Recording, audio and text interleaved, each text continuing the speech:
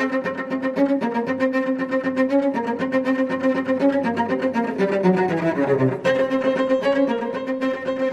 buenas tardes. Bienvenidos a este coloquio que la Federación de Comunidades Judías de España ha organizado con motivo de la 21ª edición de la Jornada Europea de la Cultura Judía. Soy María Arroyo, directora de comunicación de la Federación de Comunidades Judías. Doy la palabra a nuestro presidente Isaac Ben-Zaken. Buenas tardes, María. Muchísimas gracias por darme la palabra. Quiero en primer lugar felicitarte por el esfuerzo, dedicación y compromiso por hacer realidad este encuentro en relación a las Jornadas Europeas de la Cultura Judía, y de verdad agradecerte que por primera vez, desde que se puso en marcha este acuerdo, lo hayas introducido en la agenda de la Federación de Comunidades Judías de España. Agenda que se quedará, con favor de Dios, para próximos encuentros.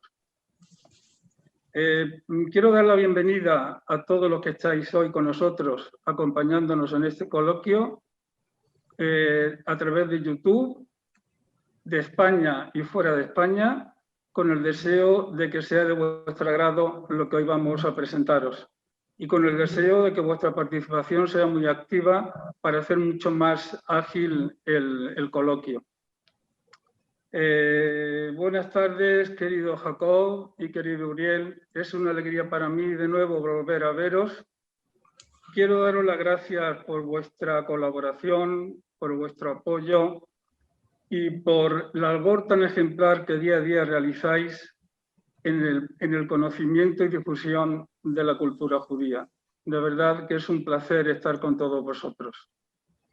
Gracias. También quiero agradeceros el que me permitáis hacer la presentación de este coloquio, sabiendo positivamente que a la terminación conoceremos muchísimo mejor a nuestras comunidades judías y sobre todo el papel que hoy los judíos representamos en nuestro país.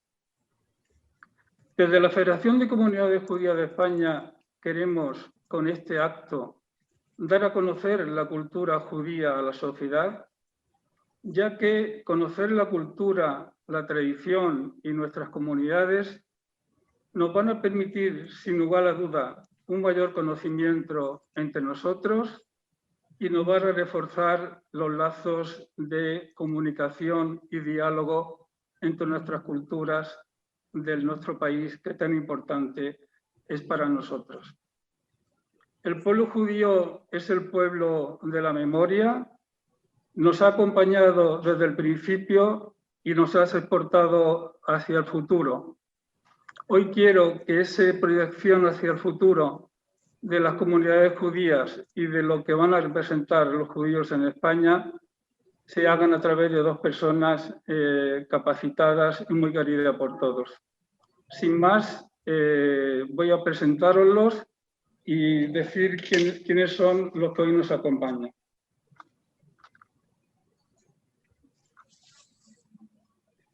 Buenas tardes, Jacob. Jacob Israel Garzón, nació en Tánger, está casado y tiene 2 hijas. Es ingeniero agrónomo e ingeniero informático. Su vida profesional ha transcurrido ligada al mundo de la empresa. Ha dirigido algunas multinacionales y empresas relevantes. Su gran inquietud intelectual le ha llevado por caminos también de erudición, historiador, investigador y divulgador de la cultura judía en España. Fue presidente de la Comunidad Judía de Madrid y de la Federación de Comunidades Judías de España. En abril de 2011, el gobierno reconoció su labor con la Gran Cruz de la Orden del Mérito Civil. Es experto en la historia y cultura de los judíos españoles en la época moderna y contemporáneo de los judíos hispano-marroquíes. Ha escrito una docena de libros sobre estos temas y ha editado más de 80 libros de interés judío. Buenas tardes de nuevo, Jacob, y bienvenido. Buenas tardes, Isaac. Muchísimas gracias. Simplemente No soy natural de Tánger, sino de Tetuán. Ese es un problema, ¿eh? Es un problema, ¿eh? Porque esa discusión no es vaga, ¿eh? No, pero bueno, es que soy de Tetuán. Aunque Oye, que mi madre es de Tetuán, ¿eh? Me parece muy bien, eso te honra. O sea, María, ya sabes, Jacob Tomo es nota. de Tetuán. Gracias, Jacob. También nos acompaña Uriel Macías, especialista de bibliografía española de judaica, autor de numerosos catálogos y artículos sobre este tema. Uriel ha coordinado cursos, jornadas y exposiciones sobre diversos aspectos del mundo sefardí y de la historia de los judíos en la España contemporánea. Coordinador de las jornadas sefardíes de La Rioja, desde su primera edición en 1999 hasta la actualidad. Miembro del Consejo de Redacción de la revista Raíces, director fundador de la exposición permanente del Museo de Historia de la Comunidad Judía de Madrid, investigador del Centro Isaac Abravanel de la Universidad Francisco de Vitoria y autor de numerosos libros de temas judíos. Entre los cargos institucionales que ha ocupado, destacamos el de secretario general y responsable de Cultura de la Comunidad Judía de Madrid y de vocal en la Comisión Permanente de la Federación de Comunidades Judías de España. Buenas tardes también de nuevo, Uriel. Y buenas tardes, Isaac. Muchas gracias por invitarnos, a ti y a María, gracias y a la Federación en general. Y sin más, María, te paso la palabra. Muy bien, muchas gracias, Isaac. Como ven, pues no podemos estar en mejor compañía. Un breve apunte. Los participantes que lo deseen, que nos estén viendo en este momento, pueden dejar sus preguntas en el chat que se abre en YouTube. Si el tiempo lo permite, que lo va a permitir, porque queremos escucharos y queremos responderos, lo haremos al final de este turno de preguntas del coloquio. Y empezamos poniendo un poco de contexto. Jacobo, en la época actual, ¿cuándo y por qué empiezan a llegar judíos a España? Yo creo que hay que eliminar determinados elementos que oscurecen la llegada de los judíos a España. En primer lugar, hasta que empiezan a haber judíos en el país, no pasan 500 años como la gente ha creído, pasan 342 exactamente. ¿Por qué empiezan a venir judíos? Es por un problema, empiezan a venir judíos porque el Tribunal de la Inquisición se termina en 1834. Si nos preguntamos por qué termina en ese año, es muy claro. Se estallaba la guerra carlista y el gobierno de la regente María Cristina necesitaba fondos para la guerra. Estos fondos para la guerra, evidentemente, como muchos de los católicos estaban a favor de los contrincantes que eran más absolutistas, ella tuvo que apoyarse en los liberales por un lado y en capitales que no eran necesariamente ligados al mundo católico. Fue así que llegó a terminar la Inquisición para que la banca, fundamentalmente hugonote y la banca judía, pudieran participar en las necesidades financieras que tenía el país. De tal forma que en agosto de 1834 el Tribunal de la Inquisición se da por finiquitado y en julio, y en agosto está por aquí Lionel de Rothschild, el hijo de Nathan de Rothschild, negociando un empréstito de deuda. Estuvo aquí muchos meses y a partir de ahí la banca Rothschild estuvo presente en España y enviaba normalmente a personas de su confianza. El primero de ellos fue Daniel Weisweiler, que fue el primer judío público en residir en España de una forma permanente. No solamente eso, sino que se casó con una mujer judía londinense y tuvo una familia madrileña. Adele de Weisweiler, que fue su hija mayor, nació aquí en 1845 y es el primer bebé nacido en España públicamente judío. Es decir, los temas financieros han sido muy importantes. Pero luego hay otros temas, por ejemplo, la llegada de judíos procedentes de Bayona poco después. ¿Por qué? Pues por otro tema muy claro, es decir, la primera guerra carlista la gana el general Espartero en 1840 e instala aduanas entre el País Vasco español y el País Vasco francés, aduanas que no existían. Hay una población ahí que es Bayón, que era un centro comercial e industrial importante en la región, tanto francesa como española, y estos se encuentran con aranceles. Y evidentemente empiezan a venir a España, a fabricar en España y a vender en España. Se instalan fundamentalmente, inicialmente, en San Sebastián y posteriormente en Madrid. San Sebastián fue una ciudad con una proporción, vamos, una cantidad de judíos relativamente importante hacia la mitad del siglo XIX.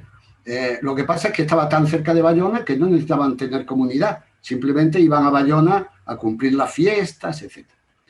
Esto fue el comienzo. Luego, posteriormente, hubo también otro tema de interés financiero, que además tiene mucho interés industrial para España, que fue en el bienio liberal de 1854-56, quisieron abrir el tema de la red férrea, la red ferroviaria.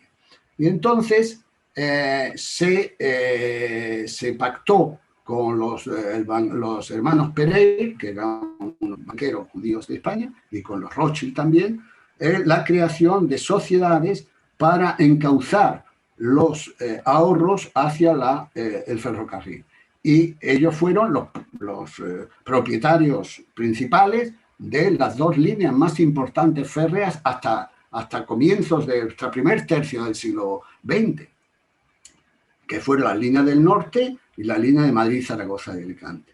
Y muchos de los que venían para ayudar a técnicos, directivos, etcétera, de los que venían para el ferrocarril, eran judíos, precisamente. Y aquí vinieron bastantes judíos, los Polak, muchos. Es decir, otro tema que surgió fue relacionado con el norte de África. En el norte de África hubo la guerra hispano-marroquí de 1859 y en esta guerra pues vinieron a España y fundamentalmente a Gibraltar varios miles de judíos refugiados durante unos meses. Luego España ocupó Tetuán. Los judíos fueron muy partidarios de los españoles. Y luego cuando se abandonó la ciudad en 1862 por acuerdo con el sultán de Marruecos, de alguna forma se quiso recompensar a la población judía, permitiéndoles además algo que era conveniente para el país, que era el desarrollo de las ciudades de Ceuta y Melilla, y se les permitió a los hebreos de Marruecos instalarse en la ciudad, porque el comercio, etc. Y estas fueron las primeras comunidades organizadas, es decir, ten en cuenta que desde los años 60 existían sinagogas en Ceuta y en Melilla, que son parte íntegra de España, y también cementerios, es decir, judíos, lo cual es un tema interesante. Y esto es en pleno época todavía isabelina, con Isabel II. También hay un movimiento que se acerca por esos años y por ya más hacia la Revolución de 1868, cuando se dicta la Constitución que permite la igualdad para todos los credos.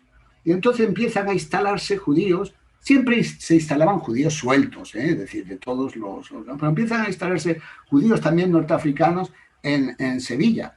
Y estos crean también una comunidad que tiene desde 1870 su cementerio y que funcionaba con sinagogas en las casas, no eran sinagogas públicas ni eran grandes templos. Sin embargo, Madrid y Barcelona no hicieron sinagoga. La población era muy diversa, de muy distintos orígenes, y esto a lo mejor dificultaba, no había líderes, pero sin embargo, a Madrid llegó desde en 1869 el primer Sefer Torah, y se hacía en casas particulares los rezos con este Sefer Torah, que fue donado por un inglés. quiero decir que judíos venían y siguieron viniendo a lo largo del tiempo, los Bauer, los banqueros Bauer, vinieron los Mansberger, que eran relojeros, venían muchos judíos centroeuropeos, eran de distintos orígenes. Hubo un intento con el conde de Rascón de una inmigración judía, hubo un intento judío de volver a España, que fracasó, pero creo que lo narra muy bien Mónica Manrique en su libro, y hubo otro intento del conde de Rascón de hacer una inmigración judía aprovechando el tema de los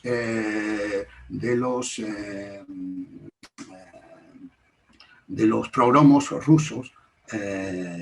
Pero este tema, que lo ha estudiado muy bien también otro historiador, Isidro González, al final no se sabe si llegaron o no llegaron. Ciertamente hay toda una lista de personas para venir, pero no se sabe si al final llegaron o no. Entonces, esto efectivamente fue durante mucho tiempo. Y hasta el final del siglo, la población española, el censo de 1877 habla de 400 y algo de judíos, pero hacia final del siglo aparecen muchos más judíos en Melilla por los conflictos que habían con los sultanatos, el final del sultanato del sultán de Marruecos y la crisis marroquí, y entonces empiezan a aparecer de forma que una docena y media de años después llegarían a ser 3.000 y algo judíos en Melilla, una parte muy importante de la población. Esto es lo que podemos decir de los judíos en Melilla. Otro dato más es que en 1900 Ángel Pulido cifra en 2.000 el número de judíos de España. Esto es lo que podemos decir. ¿Por qué vienen? Vienen a título individual, vienen por condiciones económicas favorables y vienen también los marroquíes en su entorno. Pero los únicos que habían hasta ese momento creados comunidades reales eran Ceuta, Melilla y Sevilla. Y la de Melilla fue la que primera que tiene actas desde 1906. Es decir, este es un poco el contexto de la llegada de los judíos a España. Bueno, pues ya tenemos el contexto. Ahora la pregunta para Uriel. Uriel, ¿cuándo y cómo se organizan las comunidades judías? Como decía Jacobo antes, la llegada de los primeros judíos a España es un fenómeno que se produce en el siglo XIX por diversos factores que él ha resumido perfectamente, diversos orígenes, distintas ocupaciones, y que se instalan en diferentes localidades españolas. La presencia judía, por ejemplo, en el País Vasco, que hubo a mediados del siglo XIX, pues prácticamente no se repetiría ni daría origen a comunidades judías organizadas. Por ejemplo, por citar unos puntos del mapa que se han mencionado antes como significativos en aquellos años de los 50. El caso es que llegamos, como decía, donde me dejó la palabra Jacob, a una España sin comunidades judías organizadas en la península, con la excepción de Sevilla. Hay que destacar, porque a veces también, y es apuntar en lo que acaba de decir Jacob sobre el tema de los orígenes de los que se habían instalado aquí en aquellos años, muchas veces se tiende a pensar, hay una cierta inercia a pensar, incluso internamente entre los judíos españoles, que nuestra historia, la historia de los judíos españoles contemporáneas, es una historia de los sefardíes. Eso no es del todo cierto. Es en parte cierto, hay una parte que es verdad, y si vamos por comunidad, pues podríamos decir algunas palabras. Ceuta y Melilla, por supuesto, la composición es prácticamente al 100% en sus orígenes y durante toda su historia de judíos oriundos del norte de Marruecos. Pero ya si vamos entrando en la península, los perfiles son diferentes. De hecho, además, los primeros sefardíes que llegan en un cierto número reducido a España, llegan desde el País Vasco francés, son sefardíes occidentales, descendientes de exconversos retornados al judaísmo, pero ese pequeñísimo grupo que estuvo por aquí en el siglo XIX, principios del XX, prácticamente hoy no están presentes esas familias en nuestra vida comunitaria. Y luego tenemos Madrid y Barcelona. Todos los nombres, los pocos nombres propios que ha mencionado Jacob en su intervención del siglo XIX, sefardíes no eran. Los representantes de la Casa Rothschild no lo eran, de los que se instalaron. Los Pereira se instalaron menos, eran sefardíes de Francia, con lo cual tenemos un nacimiento de la presencia judía en España que desde luego no se puede caracterizar de sefardí, tendríamos que hablar de ambos grupos, y si vamos por comunidad, época por época, llegaríamos a perfiles diferentes. El caso es que esa vida judía, y me voy a centrar un poquito en Madrid y Barcelona, ya que Jacobo se ha centrado un poco en la parte sur, que son las otras que se constituyen a principios del siglo XX. Madrid y Barcelona, que hasta el día de hoy son las comunidades judías más organizadas, más desarrolladas y con más integrantes. Se dan varios elementos en la década de los 10 que hacen posible o que impulsan la creación de esa presencia judía de individuos que se reunían ocasionalmente, estructurarse en torno a unas pequeñas sinagogas y con un equipo directivo de la institución y, por lo tanto, con lo que eso implica, organización interna y presencia en la sociedad. Un fenómeno que no es intracomunitario, sino que es extracomunitario, pone muy de moda el tema de los sefardíes en España, que son las campañas del senador Pulido. Él es el impulsor, o el gran impulsor, o la cara visible del movimiento filosefardí en España, preconizando el retorno de los sefardíes a España. Eso crea un ambiente cultural, político, una cierta efervescencia en torno al tema judío. Eso hay que tenerlo en cuenta porque esas comunidades judías que se van a organizar en Madrid y Barcelona, inaugurando sus sinagogas y aprobando sus propios estatutos y eligiendo sus presidentes entre el año 16 y el 20, porque una cosa es cuando se inaugura la sinagoga, otra cuando se organiza la junta directiva y otra cuando se presentan los estatutos. Entonces, para resumir y no extenderme con precisiones de fecha, entre el año 14 y el año 20, estas dos comunidades se organizan, con todo lo que implica una primera organización judía en un país como España. Sinagoga, que eran recintos alquilados, pequeños pisos alquilados en ambos casos, un presidente y un equipo directivo y un cementerio. En aquella época no hay que hablar ni de remotamente, ni de lejos, ni de escuelas, ni de otro tipo de instituciones.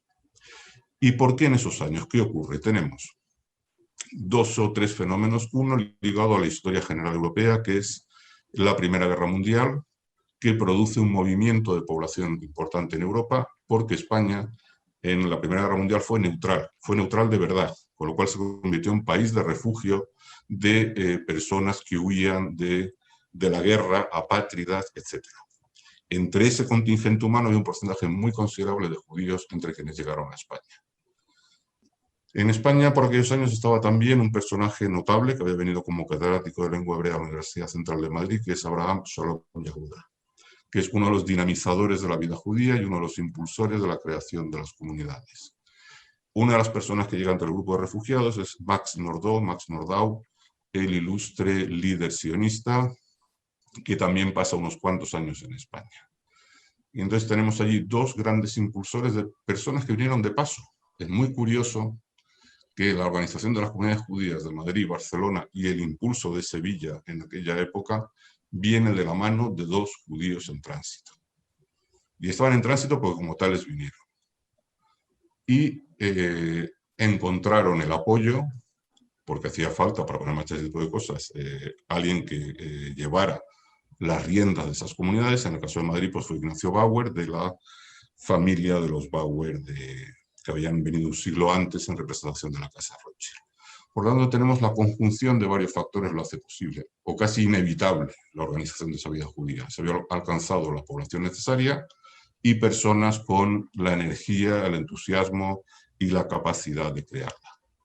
Y hay una cosa muy curiosa, no me voy a extender más, pero como estamos hablando de comunicación y de presencia de las comunidades judías en la sociedad española contemporánea, posiblemente, y esto es más el caso de Madrid que el de Barcelona,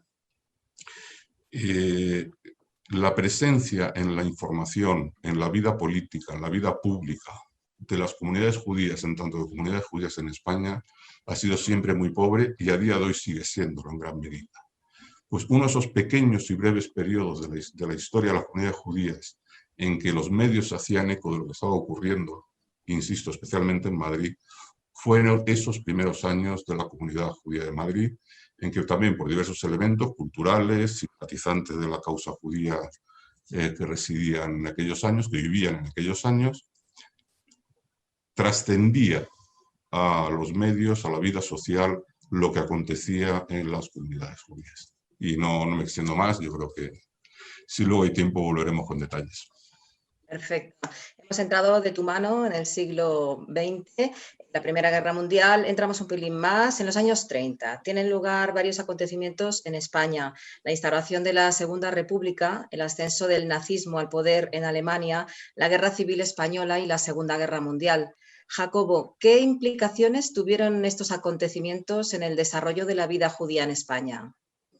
Bueno, la vida judía en España, como bien ha dicho Uriel, se articula gracias a la aparición de líderes que lideran una sociedad, digamos, que era muy plural, porque los judíos de las primeras comunidades eran sefardíes, askenazíes, estaban todos mezclados, pero es que los askenazí nos creemos que son los únicos y son también diversos, y también entre los sefardíes los había norte hispano-marroquíes, pero los había levantinos, es decir, que era una población diversa, y el liderazgo de estas dos personas fue lo que impulsa esta constitución. Esto se va apagando, entre otras cosas, porque esos dos líderes desaparecen de la escena española. Ignacio Bauer continúa y continuará durante mucho tiempo, hasta los años 50, pero desgraciadamente crea un gran imperio editorial, pero la Casa Bauer, con la crisis del 29, que fue en gran parte uno de los problemas económicos más importantes del mundo y al final desencadenante incluso de la Segunda Guerra Mundial y del nazismo, pues quiebra, y por lo tanto su posición era bastante. Pero fijémonos en quiénes llegan. Estamos hablando de cómo llegan los judíos, y entonces yo voy a seguir hablando sobre este tema. Los judíos en la República, aparecen judíos muy favorables a la República desde el primer momento, pero son judíos sueltos. Aquí viene el pintor Gerasi, o viene Strugo, viene gente favorecedora de la República, que creían todavía en que esto iba a cambiar el país y en que esto iba a ser algo extraordinario para el desarrollo del país. Pero hay un fenómeno que es el nazismo, que es el que en realidad impulsa la llegada de judíos a España en los años 30. Llegada de judíos que es bastante importante, del orden de 3.000 y algo judíos, 1.500 judíos aproximadamente, que llegan a España huidos del nazismo. Fundamentalmente se instalan en Cataluña y en las Islas Baleares. ¿Por qué? No sé si porque el Mediterráneo les atraía, pero también vienen a Madrid, pero en menor número. Y esta población fue bastante importante, y además algunas realmente gente de gran valía, es decir, vivieron muchos artistas. Tossa de Mar es una pequeña población catalana, tenía una población artística fundamentalmente y arquitectónica fundamentalmente de judíos, y también hay muchos judíos en las Islas Baleares. ¿Qué ocurre? Que desgraciadamente España tiene el conflicto de la guerra civil, y la guerra civil hace que mucha gente se marche, ¿no? Muchos antes del final de la guerra y otros después del final de la guerra, porque habían ganado el ejército de Franco. Pero durante la guerra civil también, es decir, que gran parte de esa población que vino en los años 33, 34 y 35 se marcha por la guerra, la mayor parte. Pero en la guerra civil también viene gente que no se queda, pero vienen muchos voluntarios en las brigadas internacionales. Esta gente tiene un papel relativamente relevante, forman parte, incluso algunos hablan de más del 10% y del 15% de las brigadas internacionales. Es decir, que llegaron bastantes judíos, pero evidentemente llegaron temporalmente, hasta la llegada del franquismo, hasta la caída de Barcelona. Con la caída de Barcelona surge un problema que es el problema de la relación del franquismo con los judíos durante el primer periodo. Y aquí hay que tener en primer lugar, en la península se prohibieron, se ilegalizaron las comunidades y se prohibieron las sinagogas. Y esto era un tema muy duro en la península. En el norte de Marruecos, en el Protectorado y en Ceuta y en Melilla, no, pero se hizo una presión económica sobre los judíos durante la guerra y posteriormente. Es decir, incluso el colegio de la comunidad de Melilla fue requisado, aunque luego fue devuelto, el círculo recreativo israelita de Tetuán fue requisado, pero no hubo ilegalización ni hubo mayores dificultades. Otro tema es el tema de los judíos europeos. En España era un lugar de paso, era un país neutral. Y entonces muchos de los judíos huían hacia América, fundamentalmente, a través de España y Portugal. España fue un país de paso hasta el año 41, pues llegaban legalmente con visados, siempre que tuvieran un visado de salida, etc. A partir del año, comienzo del año 42, finales del 41, se cierra la frontera y entonces tienen que empezar a venir ilegalmente desde Francia. Y vienen ilegalmente desde Francia, esto está bastante bien estudiado, a través los Pirineos son centrados en los campos, no eran campos de exterminio, eran campos, digamos, de concentración en Nanclares de Oca y en Miranda de Ebro, hay varios, es decir, pero hacia el año 43, hacia la mitad del año 43, ya se observa el final del nazismo, del apogeo del nazismo, y entonces empieza a cambiar algo el sistema. Se da permiso a través teóricamente de la Cruz Roja portuguesa, pero en realidad era la presencia oculta de la Joint americana, una organización caritativa americana que tuvo mucha importancia durante la Segunda Guerra Mundial y posterior a la presencia aquí de dos hermanos, Samuel y Joel Sequerra en Barcelona, y de Levi en Madrid, y entonces estos ayudan mucho a los refugiados, que posteriormente, evidentemente, salen. Otra cosa fue el tema de los judíos de pasaporte español que habían tenido en 1924, judíos levantinos habían tenido, bueno, fundamentalmente, que habían sido antiguos protegidos, tuvieron pasaporte español. Y estos eran judíos de nacionalidad española, que vivían algunos en el Imperio Otomano, otros en Grecia, porque a ciudades otomanas habían pasado a Grecia, y otros habían trasladado a Occidente y fundamentalmente estaban en Francia. Entonces, algunos de estos logran venir a España, pero los que estaban en Salónica de nacionalidad española, los alemanes los llevan no a Auschwitz, sino a Buchenwald, y les dicen al gobierno español que los repatrie, que estos son ciudadanos españoles, porque en España no se habían dictado leyes raciales. Bueno, pues España se hacía la vista gorda hasta que logra, cuando los americanos se instalan en el norte de África, crean el campo de Fedala, etc., pues entonces hay un puente para pasar y llegan con pasaporte español, pero un pasaporte que decía válido para África y Palestina, no válido para permanecer en España. Es decir, que fueron de este caso los que peor se vieron. Y un caso muy singular es el de los judíos húngaros, porque Hungría fue un país aparentemente también neutral durante una época, ayudando al eje, pero en realidad no fue nunca, con el almirante Horthy, no fue nunca demasiado progermano, mantenía una posición, fue progermano, pero mantenía una posición relativamente neutral. Y sí llegaron aquí bastantes judíos húngaros, huyendo de Hungría y donde existían leyes raciales, de las leyes raciales húngaras, muchos de ellos desgraciadamente con se bautizaban para asegurar la presencia en España. Todo eso dio lugar a posteriormente una recreación de nuevo de las comunidades judías, pero ya posterior a la Segunda Guerra Mundial, aunque al final de la Guerra Mundial parece ser que ya se podían y se hacían rezos en hogares particulares de gente que era considerada así, o no contraria al régimen, pero con muchos problemas.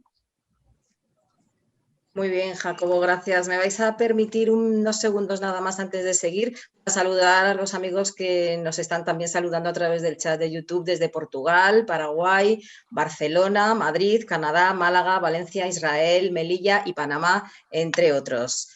Continuamos con Uriel. Después de esto que nos acaba de contar Jacobo, del desastre de la Segunda Guerra Mundial, cuando una vez terminada, Uriel, ¿cuándo se restablecen las comunidades judías y cuál es su evolución durante la época de Franco?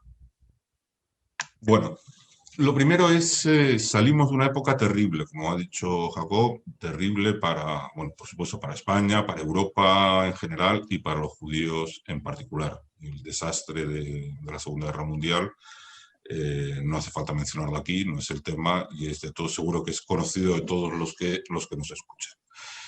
En España había una particularidad que era algunas cosas que mencionó Jacobo, esos años que yo los llamo, cuando me toca hablar de esos años, del 36 al 46 más o menos, 36, 49, 36, 45, referidos a España, no solo a Europa, sino en particular a la historia de los judíos españoles, son los años oscuros.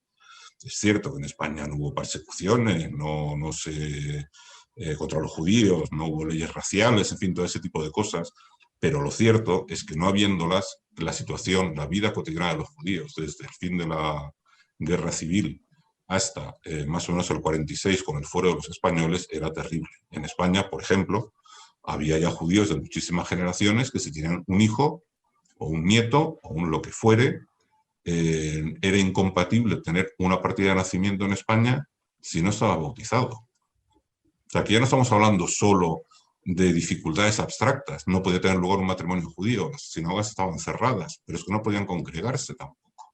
A pesar de todas estas cosas ocurrían. Hubo bodas en aquellos años difíciles, hubo bodas judías, quiero decir. Hubo judíos que no sabemos muy bien cómo lo consiguieron, tienen su partida de nacimiento sin partida de bautismo previa. Todo eso existe, pero son aparentemente las excepciones. Lamentablemente, hay, por ejemplo, en el tema de Barcelona, se han publicado documentos sobre las actas de conversión que se conservan en la diócesis, en el Museo Diocesano, y no solo está la parte de los conversos medievales de Cataluña, de Barcelona, de la Barcelona medieval, sino que también hay actas de las conversiones de judíos en la Barcelona de los años 30. Y es muy triste, es decir, vemos una situación muy triste de familias que habían llegado unas generaciones atrás, o una generación atrás, y otras recién llegadas. Fueron años realmente difíciles para ser judío en España, en particular en la España peninsular. Llegaron judíos, como señaló Jacobo, de otros lugares, refugiados ya en el 45, refugiados del nazismo, anteriormente gente que huía del nazismo. Teníamos una población ya previa de judíos españoles, por supuesto. Una parte de esa población se marcha y no vuelve. Se marcha con la guerra civil, en distintos momentos de la guerra civil, y ya después de la guerra civil o de la guerra mundial no van a volver a España, y otra parte sí regresa a España, y serán más o menos el núcleo de quienes van a reconstituir las estructuras comunitarias. Fundamentalmente hablamos otra vez de Madrid y Barcelona, que después de la guerra civil, después de la guerra mundial, seguirán siendo las principales instituciones judías de nuestro país. Pero los primeros años, después de la Guerra Mundial, año 46, 47, pues había algunas reuniones muy tímidas en casas de particulares, y va a ser hacia el año 48, 49, cuando de nuevo las comunidades judías de Madrid y Barcelona tengan recintos habilitados para sinagoga. De nuevo hablamos de locales modestos para poder hacer los servicios religiosos. De hecho, en todos esos años, del 36 al 45, del que se refiere antes Jacobo, hablando de la parte institucional, al menos en el de Madrid, no hubo ni un solo entierro en el cementerio judío. por ejemplo. Es decir, el cementerio se empezó a funcionar en el año 1920 y, si no recuerdo mal, no hay ni un solo enterramiento en el recinto hebreo del cementerio judío de Madrid. En Barcelona no he hecho la investigación, pero supongo que será muy parecida a la situación. Bien, es hacia el año 48-49 cuando se reorganiza la vida comunitaria judía, comunidades muy pequeñas, bajo mucha presión. En teoría en España no es que no hubiera libertad de culto, es que en teoría no había ni tolerancia de culto. Sencillamente, esa cosa tan española de la legislación va por un lado y la realidad por otro, a veces es para mal de los ciudadanos y otras veces es para bien de los ciudadanos, en este caso de los ciudadanos judíos. En esa imposibilidad teórica de vida judía pública, la hubo. Hasta el punto que, bueno, pasan algunos años y Barcelona construye un edificio que es el centro comunitario, que sigue siendo hoy, el de la calle Porvenir, que lo inaugura en el año 1954. Y también aquí, con toda intención, he señalado Barcelona porque cuando hablamos de la historia de los judíos en la España contemporánea se sabe poco, pero a veces lo poco que se sabe mal. En parte por la complicidad de los propagandistas de las instituciones judías de ciertas épocas. Primero, en algunos momentos para lavar la cara del franquismo, quizás no había otro remedio si se querían tener las comunidades abiertas sin muchos problemas, pero en otros casos no estoy tan convencido de que sea así. Y entre las mentiras oficiales institucionales estaba que la primera sinagoga que se construía en la península ibérica después de las expulsiones era la de Madrid en 1968. Es mentira. La primera es el año 54 y es en Barcelona. Y eso hay que recordarlo, no solo porque sale la historia, sino también porque nos adelanta la fecha de construcción de la primera sinagoga en un franquismo todavía relativamente duro, porque el franquismo del 68 las cosas se habían relajado. Se había aprobado una ley muy tímida de ley de libertad de tolerancia religiosa en el 67. Es otro contexto. Bien, volviendo un poco a la parte interna de las comunidades, también en los años hay una evolución en el perfil comunitario, se siguen manteniendo las grandes comunidades, población sefardí de diferentes procedencias y askenazíes de diferente procedencia, pero sobre todo en Madrid, en Barcelona hay sefardíes de más grupos, griegos, turcos, la presencia askenazí se mantiene en el tiempo con cierta importancia demográfica. Madrid se va volviendo cada vez más en la década de los 50, de los 60 y principios de los 70 en una comunidad en que el núcleo principal, no solo demográficamente, sino también quienes acaban desempeñando las responsabilidades institucionales en la comunidad judía de Madrid, judíos oriundos de Marruecos. Esto primero empiezan a llegar grupos de estudiantes, luego empiezan a llegar familias, la independencia de Marruecos en el 56 hace que lleguen más individuos y más familias, y distintos acontecimientos de la historia general impulsan la llegada de judíos de Marruecos y de otras procedencias, por supuesto Madrid y también Barcelona. Durante todos esos años, quizá la comunidad de Barcelona, los años 50 y 60, estaba más organizada, estaba más presente, tenía más personalidades destacadas en más ámbitos de la vida cultural, social, económica incluso. Y también en la década de los 60 se inauguran los primeros colegios judíos en la península, primero Madrid, luego Barcelona, que son instituciones que todavía existen. Los colegios judíos, el de Madrid ya ha cumplido bastante más de 50 años y el de Barcelona creo que no anda lejos.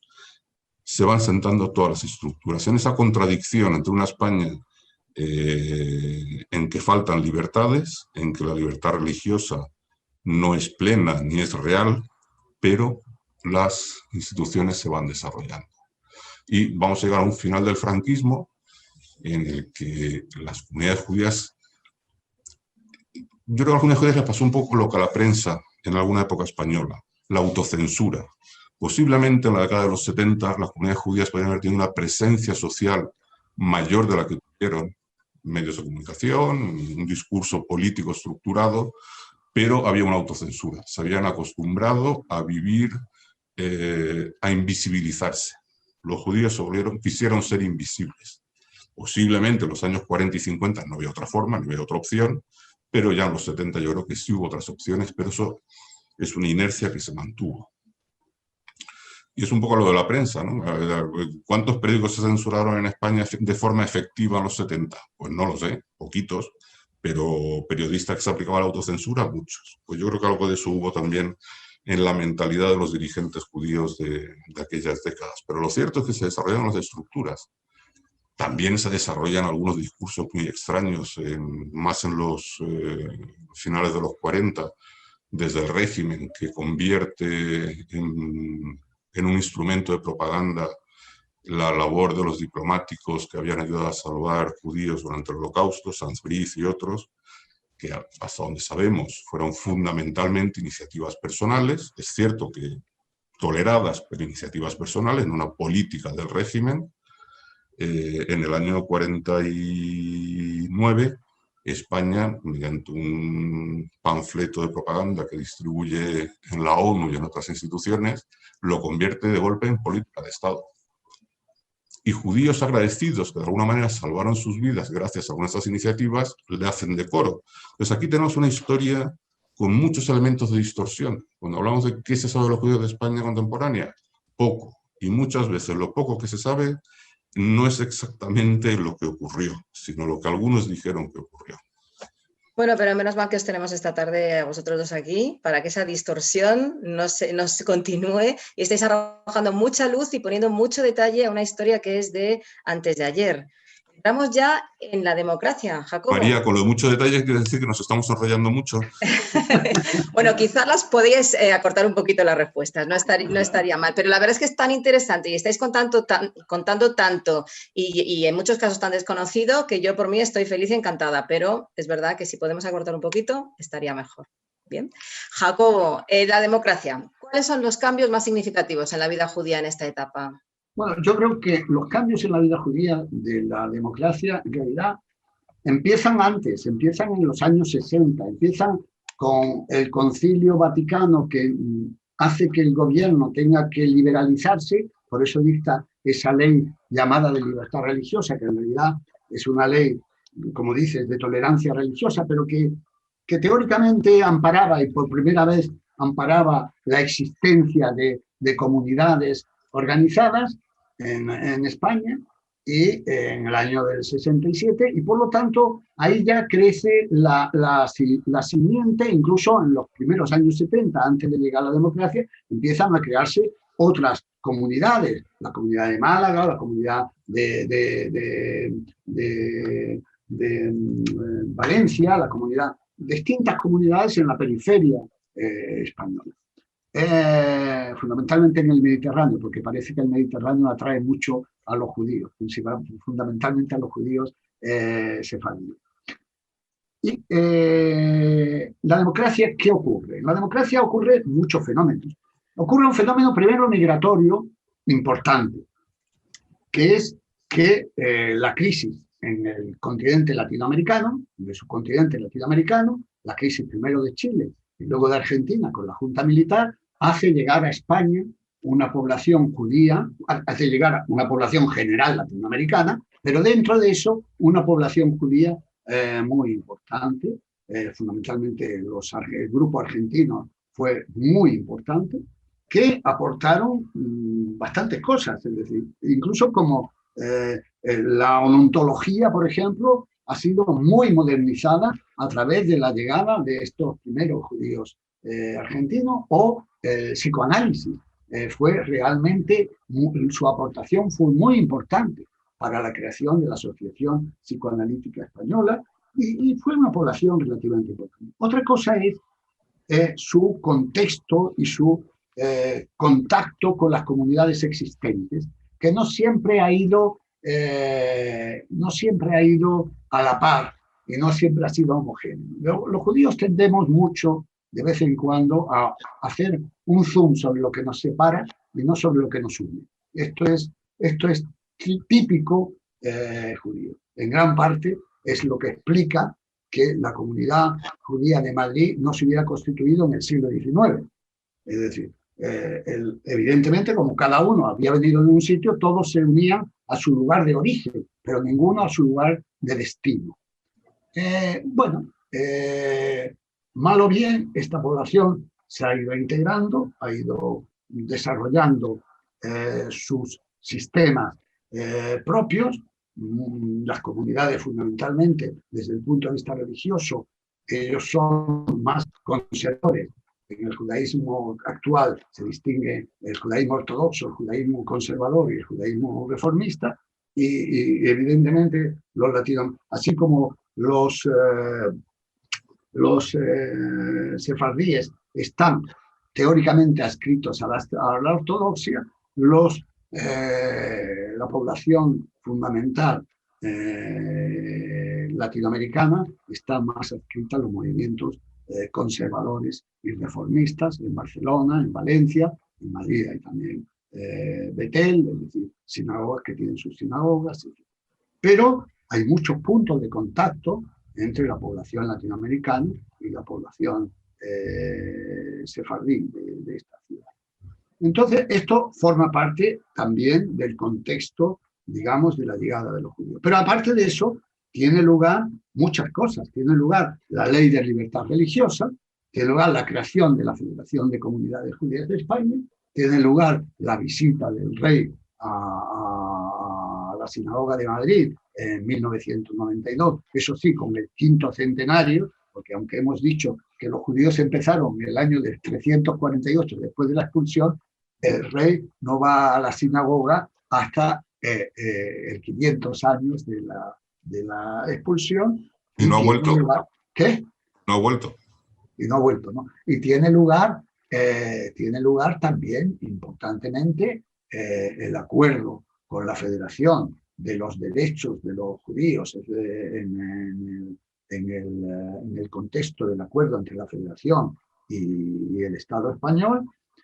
Y, bueno, ha llegado hasta elementos como la aproximación estatal, como la declaración del Día del Holocausto, como la creación del Centro Sefará Israel, que es un centro público español, pero de cercanía con la cultura judía, y tiene también el contexto de la reparación histórica, de dar la nacionalidad española a los sefardíes que no pudieran demostrar que está todavía en marcha.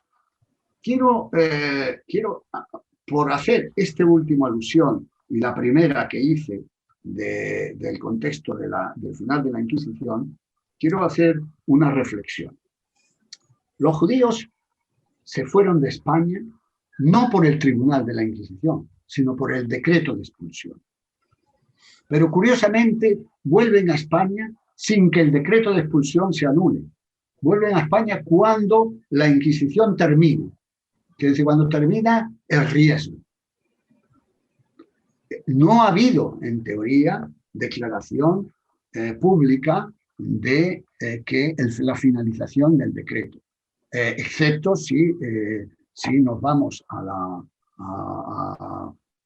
los líderes de la gloriosa revolución de 1868, que declararon que desde el momento que se aprobó la Constitución, el decreto de expulsión estaba agotado. Pero como tal, el decreto nunca ha sido anulado. Pero los judíos han estado viviendo en el país. Bueno, todos estos temas hacen que es muy difícil de historiar los elementos actuales. Yo digo siempre que la historia necesita una cierta reflexión en el tiempo, una cierta recorrido en el tiempo. A medida que nos acercamos más a los acontecimientos, son más difíciles de historiar. Y así como hay personas que tienden a dar una gran importancia a esto, pero yo creo que se necesita tiempo para poder hacer historia. Pero lo cierto es que las comunidades judías en la democracia han desarrollado mucho más que en España, mucho más que en cualquier otro momento anterior de la historia contemporánea de España. Dicho lo cual, hay mucho por hacer en muchos aspectos, pero esto ha sido una realidad, que la aportación del régimen democrático a la normalización de la vida judía en el país, si la vida que llevamos es una vida normal. La libertad, es lo que tiene la libertad, el derecho a la diferencia, a es ser lo que tiene la diferentes libertad, exactamente. con todo el orgullo. Gracias, Jacobo. Uriel, y hoy día, ¿cuál te parece que es la percepción que tiene la sociedad española sobre la presencia judía en España? Sobre la presencia de los judíos hoy en España, creo que es fundamentalmente desconocimiento. Yo he probado a hacer muchas veces el ejercicio de dar una conferencia, una clase en la universidad o con un público ya más motivado que asiste a una conferencia que trata sobre los judíos en España, sobre los sefardíes, de que hice una asociación espontánea de la palabra judío, asóciala con algo. Para la inmensa mayoría de los que contestan, pues ya sabemos todos que en las conferencias tú haces una pregunta en una clase, no todos contestan, pero la mayoría de las respuestas, no digo todas, pero la mayoría van en dos direcciones. Una o en tres. Asociarlos con la España judía medieval. Sí, los judíos en España, yo soy de Córdoba y en mi ciudad hay una sinagoga y no sé qué y no sé cuánto, o similares respuestas, pero todas que entroncan o asocian lo judío con el pasado medieval español, pero jamás con el presente. Tenemos otros que lo asocian automáticamente con el Estado de Israel, que es legítimo, es una parte del pueblo judío, es una parte del pueblo judío contemporáneo, importantísima y fundamental, pero la asociación inmediata de un ciudadano español, y hablamos de gente que asiste a la universidad o a conferencias culturales, su asociación con los judíos jamás es con un posible convecino, es o con el pasado o con fuera de España. Y algunos te hacen referencia a los de los tirabuzones de la Bolsa de Nueva York, o barbaridades de ese estilo. Bien. Entonces, yo creo que hay un profundo desconocimiento de que los judíos forman parte de la sociedad española, tanto como individuos como colectivo, desde hace bastante más de un siglo, organizadamente más de un siglo, y como presencia de ya casi vamos camino de los 200 años desde 1834. Cuando se habla también del tema de las minorías religiosas, ahora parece que no hay más minoría religiosa que la que hace más ruido, que es numéricamente importante, pero históricamente irrelevante. Me refiero en la construcción de la libertad religiosa en España. La lucha por la libertad religiosa en España en el siglo XIX, pues por ejemplo, para conseguir esa Constitución de 1869 o esos primeros permisos que obtienen judíos y protestantes, toda la lucha que se lleva en España, hacia España, para la conquista de la libertad religiosa, la hacen los protestantes y la hacen los judíos. Y de todo eso prácticamente no hay ni rastro ni reconocimiento. Cuando hablamos hoy de la Constitución o de la formación de las minorías o de las minorías presentes en la sociedad española hoy. O se mira al pasado remoto o se mira hacia afuera. Casi nadie piensa que los judíos somos parte real también de la sociedad española. Con lo cual yo diría que básicamente desconocimiento o desinterés. Pero en esto también tenemos que ser honestos, desde quienes nos identificamos como judíos, quienes hemos tenido responsabilidades en el pasado, que las tengan en el presente en las instituciones y comunidades judías, que también la historia en algunos periodos no ha acompañado para tratar de tener una presencia más importante, por ejemplo, a través de la presencia cultural. Entendemos que los actos religiosos forman parte de la intimidad de cada colectivo, pero el mundo judío, el judaísmo, las comunidades judías, tenemos elementos de otro tipo, culturales, históricos, artísticos, y en cualquier ámbito de la sociedad tendremos un enfoque o algo que decir, posiblemente. Si no estamos en las plataformas públicas, si no estamos en los medios de comunicación, si no nos esforzamos porque la perspectiva o lo que tengan que decir en determinadas situaciones las instituciones judías, pues difícilmente vamos a estar. Es decir, no podemos atribuir solo a la desidia o a la inercia o a los prejuicios, todo esto que he venido contando o un poco relatando del desconocimiento. Creo que también tenemos que poner un poco el foco sobre nosotros mismos, sobre todo en nuestras instituciones, de por qué no tenemos más actos hacia afuera. No puede ser que prácticamente a día de hoy, en algunas grandes ciudades españolas, lo poquito que se habla de judíos, o es de judíos muertos hace 100 años, o de judíos muertos hace 700 años. Está muy bien que hablemos de todo eso. Está genial, hay que hacerlo, hay que recuperarlo. Pero hablemos también de los judíos vivos. En la proporción que nos corresponda, pero hablemos de los judíos vivos. No puede ser que sigamos con esta inercia. Y luego, además, algunas instituciones que sí pueden hablar de cosas más vivas del judaísmo, muchas veces lo hacen sin los judíos, y en cualquier caso tienen unas obligaciones diferentes, como centros culturales o actividad turística, actividad cultural, que está muy bien que la haya, pero quizá también las comunidades judías, creo que en los últimos años, las grandes comunidades judías, en tanto que instituciones, han hecho una dejación absoluta de la actividad cultural abierta a la sociedad general. La actividad cultural que se desarrolla en las comunidades judías debería ser sistemáticamente abierta a la sociedad general. Ahora YouTube y Zoom y todo esto nos dan nuevas oportunidades, pero aunque no las tuviéramos, debemos... eso ha ocurrido en etapas concretas de la comunidad judía de Barcelona, de la comunidad judía de Madrid. Hablo de las instituciones comunitarias puras. Se ha hecho y ha tenido extraordinarios resultados. Cuando los judíos han querido estar presentes en la vida cultural de la ciudad, la sociedad ha respondido, ha ido a los actos, los medios lo han reflejado. Hay que ponerse a ello. Y esto yo creo que es fundamental. Afortunadamente hay algunas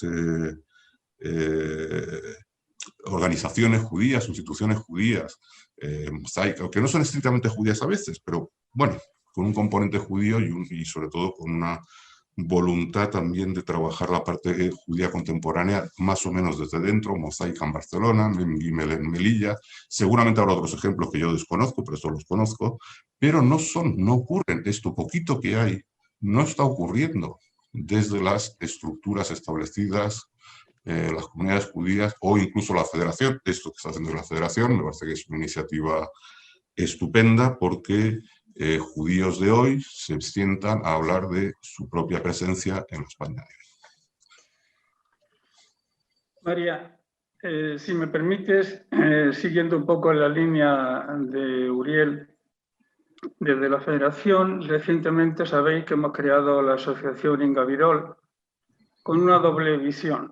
Por un lado, hacer más visible a las comunidades judías en aquellos lugares donde están ubicadas, y por otro, poner en valor lo que es la presencia judía hoy en la sociedad y lo que verdaderamente aportamos en el día a día.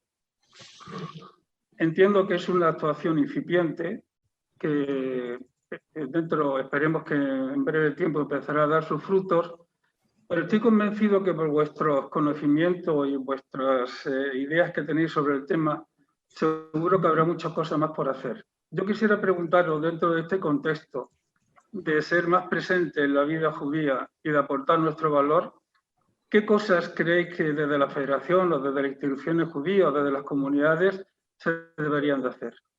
La pregunta lo hago indistintamente a los dos, a Jacobo o a Uri.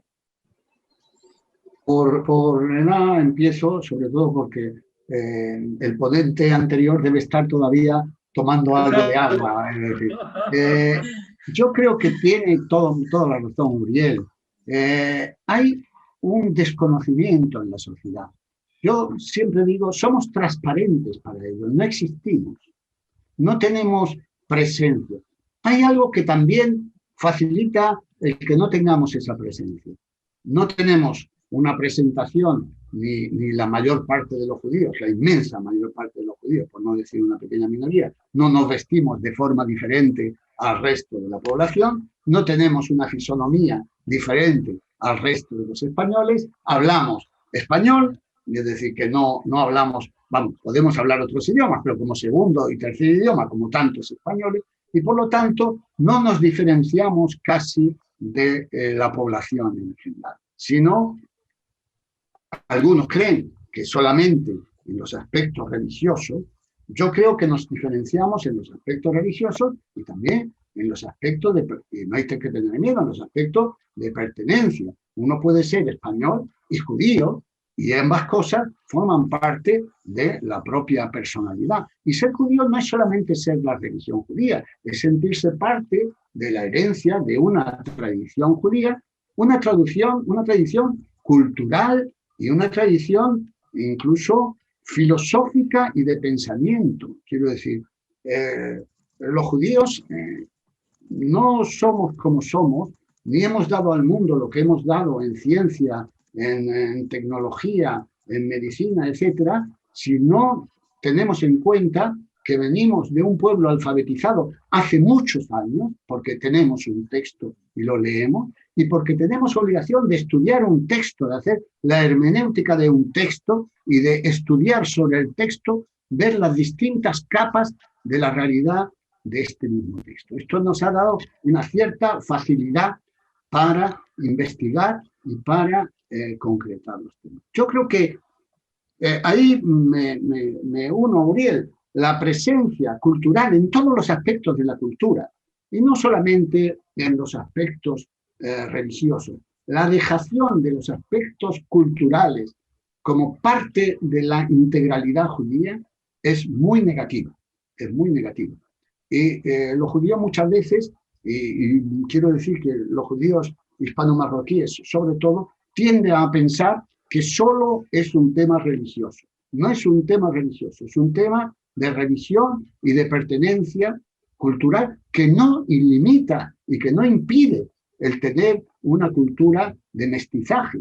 Quiero decir que el saber de los judíos no impide saber de Cervantes, o saber de Lope de Vega, o saber de otras muchas cosas españolas, es decir, de la Constitución. Y por lo tanto, yo pediría en todo caso que desde las instituciones se favoreciera la presencia cultural de los judíos, no solamente para los judíos, sino para la población en general, para el pueblo en general, para la sociedad, para entender que somos parte de su historia y también de nuestra propia historia, y que ambas historias están muy unidas, de la misma forma que están muy unidas incluso religiosamente, judaísmo y cristianismo, judaísmo e islam. Es decir, estamos mucho más unidos de lo que parece.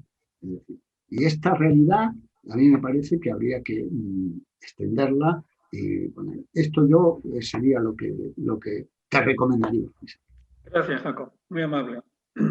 Bueno, yo creo que en parte, al contestar la pregunta anterior, parte del contenido era respuesta a pero sí, insistir en lo que dije, insistir en lo que ha dicho Jacobo, una mayor actividad desde las instituciones. Creo que no solo es responsabilidad de la sociedad mayoritaria o de las instituciones públicas españolas, que también lo es, el tener un mejor conocimiento de esta pequeña parte, pequeña en términos porcentuales, de la sociedad española que somos los judíos, sino también creo que debemos mirar hacia nuestras propias obligaciones, a nuestras propias responsabilidades para tener una mejor presencia, y es precisamente a través de la cultura, en el sentido más amplio posible de la cultura judía, estar presentes no solo para nosotros mismos, sino en actos como este, abiertos al público, sean digitales, sean presenciales. Y luego, también a mí siempre me ha preocupado mucho el tema del lenguaje y de las palabras. También tenemos que utilizar las palabras bien nosotros. Y se está instalando en España en algunos sectores, además en algunos sectores que curiosamente no son nada sospechosos de tener prejuicios hacia los judíos, de utilizar falsos sinónimos para referirse a los judíos. Y es un falso sinónimo que se está usando mucho, inadecuadamente, y que creo que nosotros, en tanto que judíos, jamás debemos caer en esa comodidad. Es el término sefardí. Es cierto que la presencia del componente sefardí en las comunidades judías españolas es muy importante, pero nuestras comunidades son, todas ellas, tengan la composición demográfica que tengan, comunidades judías. Así se denominan y así se integran en la federación. Yo cuando veo que un judío, para no decir judío, para que no le moleste el oído al de enfrente, utiliza el subterfugio de sefardí o de judeo-sefardí o de disparates como esos, me avergüenzo mucho. Si a alguien le molesta que nos definamos como judíos, el problema lo tiene él, no nosotros. Y creo que eso es muy, muy, muy importante. Quiero decir, tenemos ahora mismo algunos tipos de organizaciones que, para no hablar de los judíos de la España medieval, que es el término correcto, los han empezado a llamar sefardíes, cuando lo correcto es llamarlo judíos españoles, judíos castellanos, judíos segovianos, judíos catalanes, no sefardíes. El término sefardí en español tiene un único significado: descendiente de los judíos expulsados de España. Único. Ni Gabirol, ni Benesra, ni la Judía de Toledo son sefardíes. Son barrios judíos, calles sefardíes y personalidades de la España judía medieval, de la sefarad medieval. Y eso, que parece tan inocente, yo creo que no lo es. Quizá yo tenga mis propias manías sobre el uso del lenguaje, pero creo que hay ciertos sectores de la sociedad española que no les gusta, para referirse incluso a los pasados judíos de sus propias ciudades, utilizar el término judío.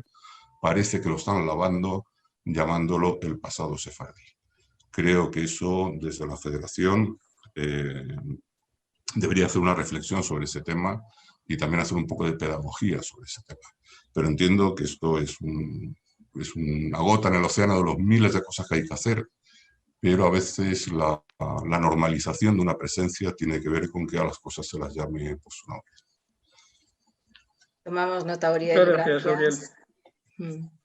Desde luego, hay que tener cuidado con las palabras porque tienen su carga y no son inocentes de ninguna manera. Vamos a dar paso a algunas preguntas de los espectadores, de las personas que nos están viendo en este momento. Natanael Serebrenik pregunta, comenta, algo he escuchado en mi familia de los laissez-passer que mis familiares obtuvieron de España para llegar a Colombia. ¿Alguien se anima a comentar esto que nos dice nuestro amigo? Eso iba en la pregunta de tu periodo, Jacobo, es todo tuyo. Sí, es una especie de visado para que pudiera pasar por el país camino de Colombia. Es una autorización, en realidad. Es una especie de visado que se daba cuando ya tenían el visado para entrar a Colombia. Es decir, España lo que daba era permiso para atravesar España. Muy bien, desde Melilla, Memgimel pregunta si conocéis el año de construcción de la sinagoga de Sevilla. La sinagoga de Sevilla no tiene, como las de Ceuta o las de Melilla, una fecha concreta. ¿Por qué? Porque en realidad es a partir de los años. La constitución de la Comunidad de Sevilla fundamentalmente es a partir de la Revolución de 1868, es decir, años 70, 71, 72. Y en realidad es una población muy humilde, donde no hay fundamentalmente líderes, es decir, así como en Ceuta y en Melilla hubo líderes, aquí era pueblo mucho más llano, y por lo tanto simplemente hacían lo que hacíamos todavía en los años 40 y en los años 50, cuando veraneábamos yo veraneaba en Lanjarón, y entonces en mi casa se hacía, el sábado se reunía a los judíos que estaban veraneando para rezar. ¿Sabes lo que quiero decir? Bueno, esto era una costumbre, era en las casas, y por lo tanto no hubo un lugar de sinagoga dedicada especialmente, pero progresivamente fue teniéndola. No tiene una fecha concreta. De hecho, hay un discurso, el discurso de Max Nordau en la inauguración de la comunidad judía de Madrid, del Midrash Abarbanel, donde dice precisamente esto. Y habla de la comunidad de Sevilla. Y dice, la comunidad de Sevilla es anterior, pero no tiene una fecha. Esta tiene una fecha concreta. El 3 de febrero de 1917, el primer pilar. Y esto no se sabe la fecha exacta. Jacobo, hablando antes de las palabras, de lo importante que es las palabras, yo me he equivocado y en lugar de comunidad tenía que haberte preguntado por el cementerio. En lugar de la sinagoga de Sevilla, fecha del cementerio, la construcción del cementerio. El cementerio, los primeros enterramientos son de 1872-73. Pues ahí queda la respuesta clarita también. Y además, no es el mismo cementerio que está, que es de fechas unos años ulterior, pero además forma parte de un proyecto del Ayuntamiento de Sevilla. Es decir, era del Ayuntamiento de Sevilla, que da al mismo tiempo un espacio para los cementerios civiles y dentro del cementerio civil un trozo muy parecido a lo del recinto hebreo del cementerio civil de Madrid. Y es el único cementerio en Sevilla que queda. Habían tumbas más antiguas, pero no las hemos encontrado. Pero incluso ellos se refieren a que blindando a una pared, ahí en esto, blindando a la pared tal, están las tumbas más antiguas de los hebreos. Quiero decir que probablemente pero eran del año 1871. El tema de revisar la historia de los enterramientos judíos en España, la España peninsular, porque siempre Ceuta y Melilla son historias un poco diferentes, es interesante porque nos da pista de dónde llegaron los judíos y cuándo tuvieron cementerios. Cuando hablamos de que los judíos, como decían Jacob, por la variedad de los orígenes y que a veces nos fijamos más en lo que nos diferencia que en lo que nos une, los judíos de Bayona, a mediados del siglo XIX, hacia 1850, estaban intentando conseguir un cementerio judío en Madrid. De hecho, consiguieron el permiso, pero al final no lo pudieron hacer. Tuvieron el permiso y no lo pudieron hacer porque no existía una comunidad estructurada que se pudiera hacer cargo. Entonces, esa población de judía de Madrid, de la segunda mitad del XIX, los que se querían hacer enterrar como judíos y querían hacerse enterrar como judíos en Madrid, están enterrados muchos de ellos en el Cementerio Británico de Madrid, que era el único cementerio aconfesional que había en aquellos años en Madrid. Ya después estuvo el civil, pero en aquellos años de mediados del XIX, y quienes vivan en Madrid se pueden acercar al Cementerio Británico, es un monumento de un interés increíble, no solo por la parte judía, sino por otro tipo de enterramiento. Luego también tenemos judíos enterrados, hay algunas lápidas judías en Cádiz, que también te reflejan cuándo llegaron a dónde. No, perdón, Uri, que te diga, el cementerio británico no es un cementerio aconfesional, es un cementerio anglicano, pero desde el primer momento ellos dieron libertad. Y desde 1850 y poco, hay enterrado ahí el primer judío, que fue un niño pequeño de Leisweiler, de ese varón de Leisweiler que dije antes. Es un niño pequeño que, bueno, la mortalidad infantil era muy grande. Ahí está el Panteón de los Bauer, pero hay muchísimas familias judías. En el último libro que publiqué las listas de enterramientos que existen en España, de lo que yo he podido saber, y realmente es impresionante el número de judíos. Además, en el cementerio británico te ayudan, hay una visita interesantísima. Bien, si os parece, vamos ya con la última pregunta.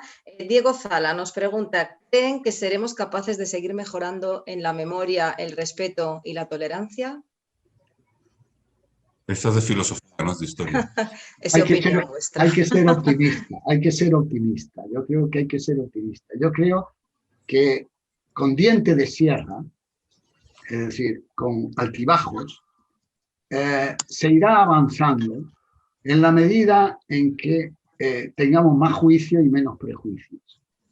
Es decir, en la medida en que hagamos más juicio sobre las cosas, que utilicemos elementos prejuiciosos para nuestras decisiones o para nuestras opiniones. Y esto yo creo que tardará, pero avanzaremos. No, yo soy optimista. Uriel. Yo, ni optimista ni pesimista. Creo que esto es un tema muy complicado, que ahora más vivimos en un mundo muy, muy, muy complejo, que es el en que lo emocional ha sustituido a lo racional, en que los derechos de los colectivos o de ciertos colectivos prevalecen sobre los derechos del individuo. Son contextos muy, muy, muy complicados. Discursos populistas, no necesariamente regímenes ni gobiernos, sino sencillamente discursos populistas que están en la calle, incluso en diferentes partidos políticos. Las simplificaciones, pero sobre todo la sustitución de la racionalidad por lo emocional, que es lo que hemos visto, es una evolución de los últimos tiempos. y que la pandemia y sus consecuencias no han hecho más que agudizarlo, a mí me parecen un mal contexto. Es decir, yo cuando la racionalidad deja de ser la forma de abordar los temas y el individuo y sus libertades dejan de ser el referente de una sociedad, estamos en un mundo complicado. Aunque sea una opinión, ese es el punto bajo de la Vale, del diente de sierra, vale. Evidentemente, pero hay que ser optimista. Siempre. Yo no soy, de hecho ahora mismo no quiero ser ni optimista ni pesimista, eso no. También es filosofía. Yo quería hacer un retrato del momento de hoy, tal como lo percibo yo. Nada más. El hoy. Uriel y Jacob, de verdad, ha sido un verdadero placer escucharos. Muchísimas gracias por vuestras aportaciones y muchísimas gracias sobre todo por la visión que nos habéis dado de lo que son las comunidades judías hoy y el largo recorrido que nos queda en el sentido de hacernos mucho más visibles, ¿no? No os voy a decir adiós porque sabéis que voy a estar dándonos la carga durante muchísimo tiempo. Os digo hasta luego. Os deseamos unas felices fiestas de Rosh Hashanah y Kippur, que se os cumplan todos vuestros deseos. Y María, una vez más, agradecerte el hecho de que estemos hoy hablando del Día de la Cultura Europea Judía, gracias a tu iniciativa, y sabes ya que tienes que quedar para el año que viene para que la sigamos haciendo. Muchísimas gracias a todos y a los oyentes que nos han escuchado. Muchas gracias a vosotros. Muchas gracias a vosotros. Habéis seguido. A la Federación, a Isaac, a María, a toda la infraestructura que hay detrás y a los oyentes, que fundamentalmente han sido la parte que han soportado nuestro discursear. Pues me sumo a la gratitud, gracias a todos, gracias a los espectadores que han hecho un hueco en su agenda para estar esta tarde con nosotros. Ha sido de vuestro interés, seguiremos, como ha dicho nuestro presidente, trabajando para ofrecer espacios de diálogo, debate, coloquio, con el fin de visibilizar la presencia de la vida judía en España de hoy.